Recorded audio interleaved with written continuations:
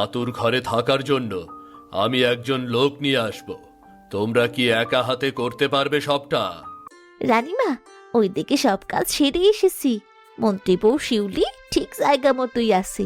এখন তো বেশ বিপদে পড়ে গেলাম। এতগুলো সন্তানকে সরিয়ে ফেলাটা বেশ কষ্টকর।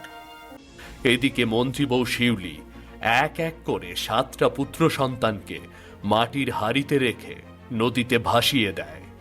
ক্ষমা করবেন মহারাজ, ছোট রানী লীলাবতী সন্তান নয়, বরং একটা পাথর জন্ম দিয়েছে। মহারাজ, মহারাজ দয়া করুন, আমাকে রাজবাড়ি থেকে তাড়িয়ে দেবেন না। এখন আমি কোথায় যাব, কি করব বলুন?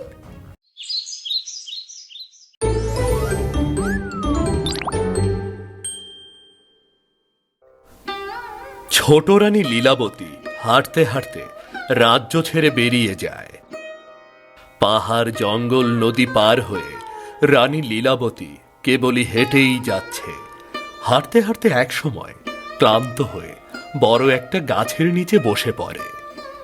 উফ, আর পারছি না। ক্লান্তিতে 2 পা যেন ভেঙে আসছে। সেই কখন থেকে হাঁটছি, এর মাঝে কোনো খাবারও খেতে পারিনি। ক্ষুধায় মনে হচ্ছে প্রাণটা বের হয়ে যাবে।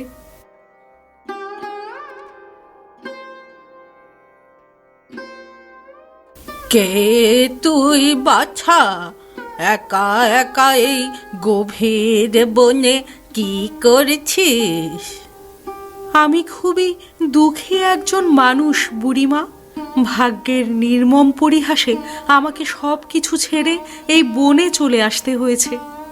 তোকে তো দেখে মনে হচ্ছে তুই খুবই ক্লান্ত। এভাবে এই বনের গভীরে বসে থাকলে তুই তো আরো অসুস্থ আর ক্লান্ত হয়ে পড়বি। আমি কি করব বলো বুড়িমা? আমার যে কোথাও যাওয়ার জায়গা নেই। তুই একদম চিন্তা করিস না বাছা, আমি তো আছি। তুই আমার সাথে আমার বাড়িতে চল। কিন্তু বুড়িমা, এভাবে তোমার বাড়িতে যাওয়াটা কি ঠিক হবে? তুই এমন করে বলছিস কেন বাছা? আমার বাড়িতে নিয়ে গেলে তোকে কেউ কিচ্ছু বলবে না। চল, দেরি না করে তাড়াতাড়ি আমার সাথে আয়। ছোট রানী লীলাবতী আর কোনো কথা বলল না। ওই বুড়ির পেছনে পেছনে হাঁটতে হাঁটতে ঘন জঙ্গলে মিলিয়ে গেল। এদিকে ছোট রানী লীলাবতীকে তাড়িয়ে দিয়ে মহারাজ মহেন্দ্র কুমার রাগে দুঃখে বারান্দায় বসে আছে। মহারাজ, আপনি এখনো দুশ্চিন্তা করছেন? এখন তো একটু শান্ত হন। কি করে শান্ত হব বলো রানী? আমি এতদিন ধরে কত আশা নিয়ে বসেছিলাম যে আমি আমার সন্তানদের মুখ দেখব। কি করে দেখবেন বলুন? ওই মুখপুরি তো আপনার সব আশা ভেঙে দিয়েছে। আমার এত বড় রাজ্য, এত রাজ সম্পত্তি, আমার মৃত্যুর পরে এগুলো কে ভোগ করবে? এত বড় রাজ্য কে চালাবে? কেন মহারাজ, আমরা তো আছি। যতদিন আমরা বেঁচে থাকব ততদিন আমরাই এই রাজ্যকে চালাবো। তুমি বুঝতে পারছো না রানী মাধুরী? একটা বংশধর নেই বলে আমি ভেতরে ভেতরে শেষ হয়ে যাচ্ছি। মহারাজ মহেন্দ্র কুমার আর কোনো কথা না বলে দ্রুত হেঁটে ওখান থেকে চলে যায়। মাধুরীর মুখে তখন একটা বাঁকা হাসি দেখা যায়। সে আপনি ভেতরে ভেতরে যতই দুঃখ পান না কেন মহারাজ, আমি কিন্তু খুব আনন্দ পাচ্ছি। আমার সব ষড়যন্ত্র সফল হয়ে গেছে। এখন আমি এই রাজ্যের বড় রানী হিসেবে সুখে দিন কাটাবো। এদিকে রাজবাড়ির বাইরে দাসী ও মন্ত্রী বউ কথা বলছে। দেখো দাসী, তোমাদের কথা মতো আমি ষড়যন্ত্র সফল হতে সাহায্য করেছি। এবারে তোমরা আমার কথা রাখো। ঠিক আছে, আমি রানীমাদেরকে আপনার কথা বলবো। তুমি বলবে কি বলবে না এই কথা আমি শুনতে চাই না। আমার বিপুল পরিমাণে ধন সম্পত্তি চাই। রানীমাদের সাথে আমার তো এমন কথাই হয়েছিল। রানীমাকে এই কথা মনে করিয়ে দিলে তিনি নিশ্চয়ই আপনাকে নিরাশ করবেন না। আমি কিন্তু অনেক বড় ঝুঁকি নিয়েই কাজটা করেছি, মনে রেখো এ কথা। যদি তারা আমাকে ঠকানোর চেষ্টা করে তবে আমি কিন্তু মহারাজের কাছে সব কথা ফাঁস করে দেব। এই বলে মন্ত্রী বউ শিউলি চলে যায়। এদিকে বুড়ির সাথে জঙ্গলের ভেতর দিয়ে হাঁটতে হাঁটতে নতুন জায়গা ফেলে সামনে এগিয়ে যাচ্ছে ছোট রানী লীলাবতী। হঠাৎ সে একটা বিষয় লক্ষ্য করে ভীষণ অবাক হয়। তারপর মনে মনে বলে, এতক্ষণ তো বেশ গাছের ডালে ডালে পাখির ডাক আর বানরের লাফঝাপ দেখতে পাচ্ছিলাম, কিন্তু হঠাৎ করে গোটা বন এমন নিঃশব্দ হয়ে গেল কেন? এখানের বনটাই এমন, বুঝলি? এখানে কেউ ভুলেও কোনো শব্দ করে না। যদি সে বিরক্ত হয় তাহলে যে সর্বনাশ হয়ে যাবে। আরে হ্যাঁ, এত কিছু তোর না জানলেও চলবে। যত কম জানবি ততই ভালো থাকবি, বুঝলি? এটা কি হলো?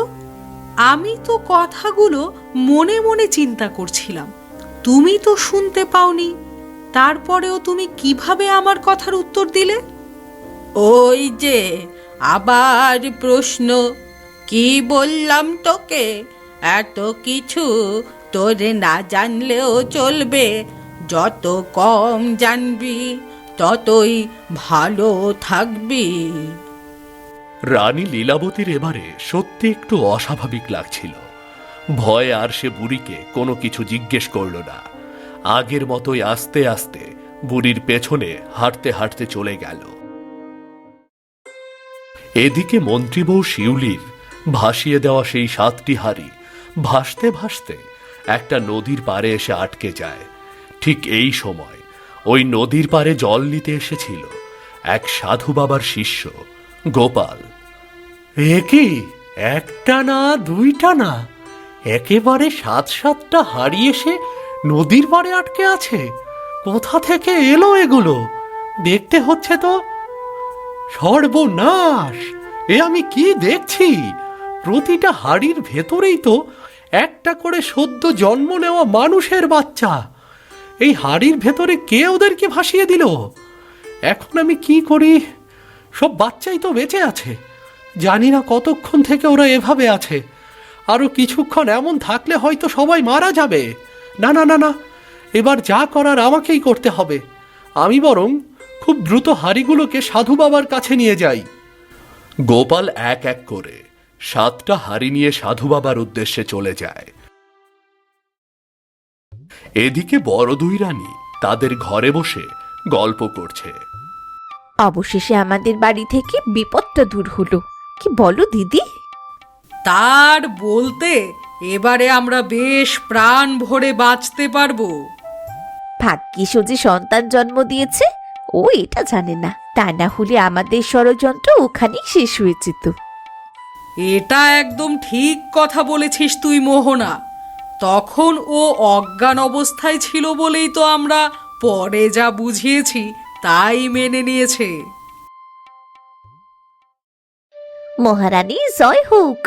খুব একটা জরুরি কথা আপনাদের জানাতে এসেছি রানীমা। হ্যাঁ বলো দাসী, কি হয়েছে? কি এমন জরুরি কথা? রানীমা, মন্ত্রী বউ শিউলি আপনাদের দেওয়া কথা মতো এখন বিপুল ধন সম্পত্তি দাবি করছে। ওই মন্ত্রী বউয়ের তো সাহস কম না, ও আমাদের কাছে এসব দাবি করে। ও হয়তো জানে না যে আমরা চাইলে যে কোনো সময় ওকে পথ থেকে সরিয়ে ফেলতে পারি। না মোহনা, এমন কাজ করা যাবে না। আমাদের সব সময় এটা মনে রাখতে হবে যে ও কিন্তু আমাদের ষড়যন্ত্রের একটা অংশ ছিল। কিন্তু রানীমা, শিউলি আরো বড় ভয় দেখিয়েছে। যদি তার দাবি না মানা হয় তবে সে সব কথা মহারাজকে বলে দেবে। দেখলে দিদি, ওই শিউলির কত বড় সাহস! আমাদের হয়ে কাজ করে এখন আমাদেরই বিপদে ফেলার চিন্তা করছে। থাক মোহনা, ওকে এখন কিছু বলা ঠিক হবে না। ও যা চায় তাই ভালোই ভালোই দিয়ে দিতে হবে। আরে এটা কেন বুঝতে পারছিস না? রাজবাড়ি থেকে বড় আপদ তো আমরা বিদায় করে ফেলেছি। এখন এসব ছোটখাটো বিষয় নিয়ে মাথা না ঘামালেও চলবে। ঠিক আছে দিদি, দাসী, তুমি তাহলে মন্ত্রী বউকে রাজবাড়ির পেছনে নিয়ে এসো। আমি তাকে আমাদের কথা অনুযায়ী ধন সম্পত্তি দিয়ে দেব। ঠিক আছে রানীমা, আমি বিকেলে মন্ত্রী বউকে ডেকে নিয়ে আসবো। এদিকে বুড়ির সাথে ছোট রানী লীলাবতী একটা পাহাড় ঘেঁষা জায়গায় পৌঁছায়। সেখানে ছোট্ট একটা কুঁড়ে ঘর। এই হলো আমার বাড়ি, আমি এখানেই থাকি। সত্যি বুড়িমা, জায়গাটা এত সুন্দর, এমন জায়গা আমি জীবনে কখনো দেখিনি। আমার সাথে থাক, আরো অনেক কিছু নতুন দেখতে পাবি। কিন্তু বুড়িমা, জায়গাটা কত অদ্ভুত, এত সুন্দর জায়গা অথচ কোথাও কোনো একটা প্রাণী নেই। কে বলেছে নেই? এখানে সবাই আছে, সময় হোক সব বুঝতে পারবি। বুড়ির পেছনে পেছনে লীলাবতী সেই কুঁড়ে ঘরের ভেতরে ঢুকে গেল। ভেতরে ছোট বসার জায়গা, সেখানে ইশারায় বসতে বলল বুড়িমা। তোর নিশ্চয়ই অনেক ক্ষুধা পেয়েছে, তুই এখানে বস, আমি তোর জন্য কিছু খাবার নিয়ে আসি। সময়ের সাথে সাথে এই বুড়িমা কেমন যেন পাল্টে যাচ্ছে। তার আচার আচরণ ব্যবহার কেমন যেন অদ্ভুত ধরনের। এই জায়গাটাও ঠিক তার মতোই অদ্ভুত, স্বর্গের মতো সুন্দর কিন্তু নিষ্প্রাণ। অনেক কথা আছে যা বুড়িমা আমাকে বলতে চাচ্ছে না, কিন্তু কি সেই কথা আমাকে জানতেই হবে।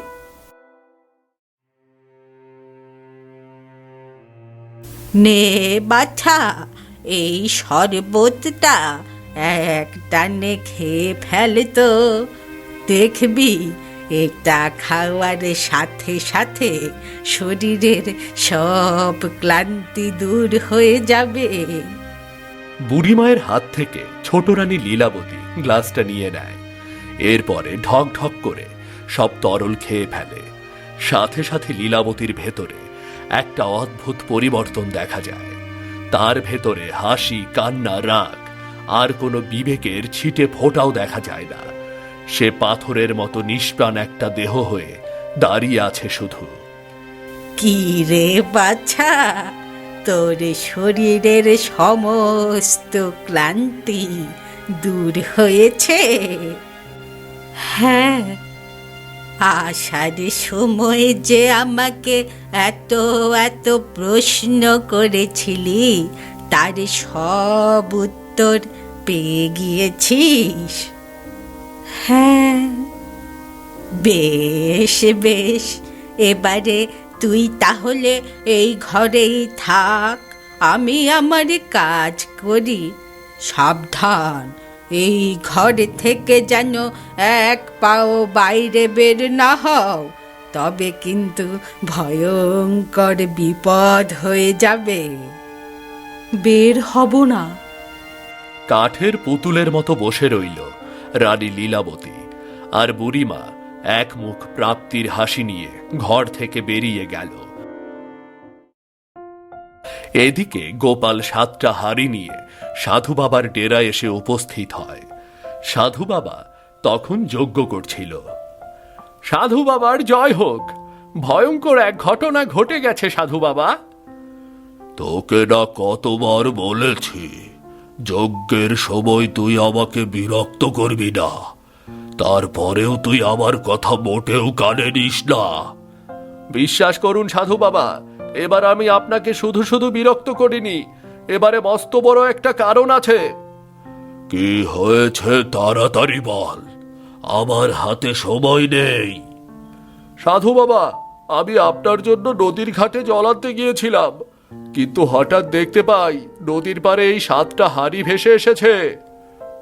এই তোর ভয়ঙ্কর খবর? 7টা হাঁড়ি ভেসে এসেছে, এটা আমার কাছে বলার কি আছে? না সাধু বাবা, এগুলো যে সে হাঁড়ি নয়। এই হাঁড়ির ভেতরে একটা করে সদ্য জন্মানো মানুষের বাচ্চা আছে।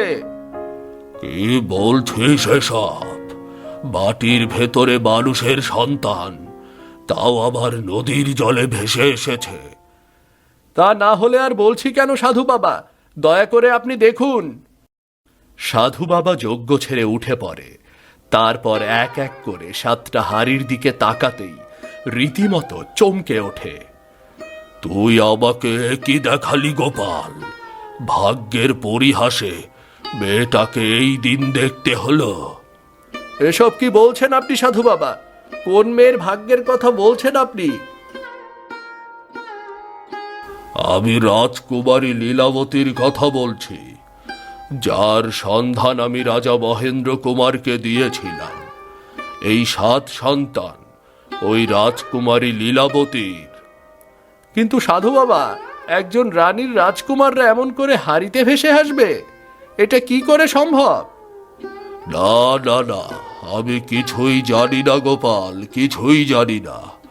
নিশ্চয় রূপনগরের রাজা মহেন্দ্র কুমারের রাজবাড়িতে কোনো না কোনো সমস্যা হয়েছে, যে কারণে এই সদ্য জন্মানো শিশুদের এই দিন দেখতে হলো। এখন আমরা কি করব সাধু বাবা? আমরা তো রূপনগর রাজ্য থেকে অনেক অনেক দূরে, চাইলেও তো আমরা কিছু করতে পারবো না।